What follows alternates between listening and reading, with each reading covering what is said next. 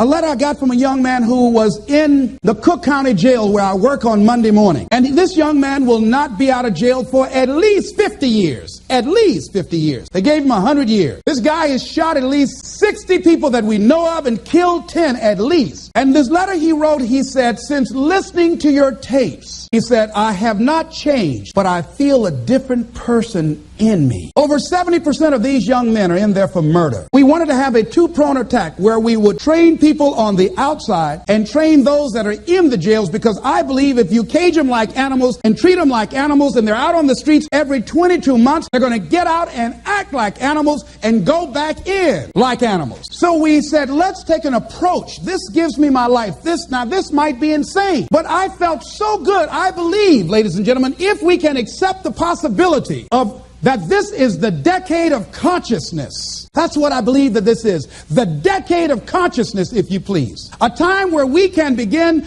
to create in folks' minds the idea, the possibility that we can create a more humane society, the possibility that we can create more love, communication, and understanding in relationships, the possibility that we can create a drug-free America, the possibility that we can create the kind of respect for diversity and difference in our multicultural society, the possibility that we can begin to develop the mindset to bring out the best in people, to encourage them to achieve their greatness and support them in their dreams, that if we can, in this decade of consciousness, to begin to see and envision that happening, and that we all can play a role, that we were born for such a time as this, that we showed up for this, that we survived 1 out of 9 million sperms, and we've been chosen for this great work. What an exciting time to be alive.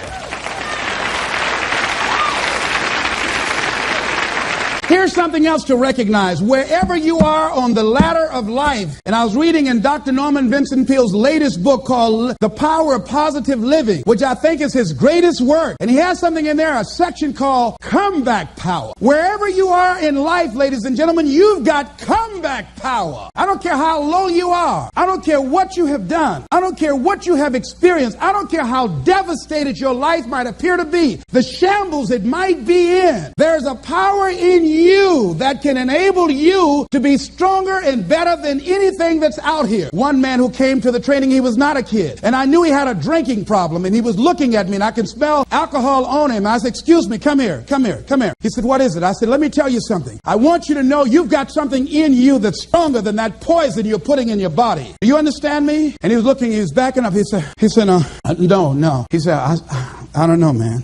I said, it is. I said, that's why you're here. Something drew you here. And that which caused you to come, you said you want some help. And you need to be around some people that can help you get in touch with your power, because you know that your life deserves this. See, I think that the reason that we abuse ourselves with drugs and alcohol is that we're trying to numb something in us that's aching us, that's urging us, that's nagging us to do something bigger and better. It can't be because it tastes so good. It can't because crack feels so good, or cocaine. Is not that simple. That when we are deluding ourselves or polluting our minds, it numbs us where we don't have to face reality, because we don't know what we've got going for us. See, once you discover who you are, the truth of knowing who you are will set you free from ever wanting alcohol, from ever wanting any kind of drug that's going to destroy who you are. Once you begin to know who you are, it will set you free from believing, I can't see myself doing any better. Once you discover this power, the perfect essence of who you are, that's in all of us, that's permeating our being, that enable us to be the directors of our lives, that you truly can live a healthy, happy, prosperous life, and that you can make it in what are called the worst of times. I think it was Robert Schuller said, tough times never last,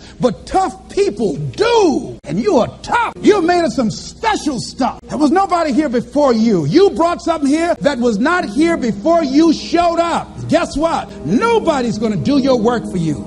Nobody's going to write your book for you. Nobody's going to open your boutique. That has been given to you to do. Nobody can help those people you want to help. They will only respond to your voice. You were sent here to speak a word that will wake them up. As sure as the word was spoken 2,000 years ago, Lazarus, come forth. You will speak that word and ignite and bring to life many who have entombed themselves in fear and mediocrity and a limited vision and low self-esteem. I hope that you challenge yourself to begin to look within, knowing that you have comeback power, knowing that you came and brought something here that was not here before you came. And whatever that dream is, whatever that great work is, don't let anybody take it from you. Fight for it. I like Mark Hughes of Herbalife. When the FDA attacked them like they did Cambridge, they died. Cambridge died. That young guy went to Washington, D.C. He fought tooth and nail for his dream. And that's how you should. Don't you let nobody take your dream from you.